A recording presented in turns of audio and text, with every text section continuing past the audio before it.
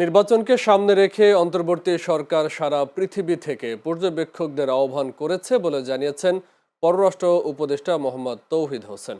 তিনি জানান, নির্বাচনের সময় কেউ গণ্ডগোল করার সুযোগ যেন না পায়, তাই নির্বাচনে বিপুল সংখ্যক পর্যবেক্ষক থাকুক, তা সরকার চায়।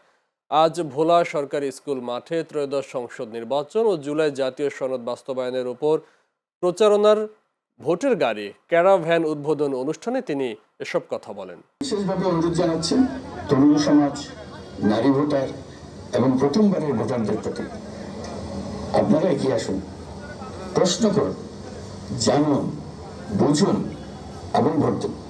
তালিকায় নিয়ে এসেছি 100% যে তার মধ্যে প্রতিফলিত হয়েছে তা না, কিন্তু যতটুকু সম্ভব মেজর জিনিসগুলি সব নিয়ে আসা হয়েছে এবং সেটা প্রথমবারের মতো জনগণের সামনে হাজির করা হবে যে আপনারা এটা চান কি চান।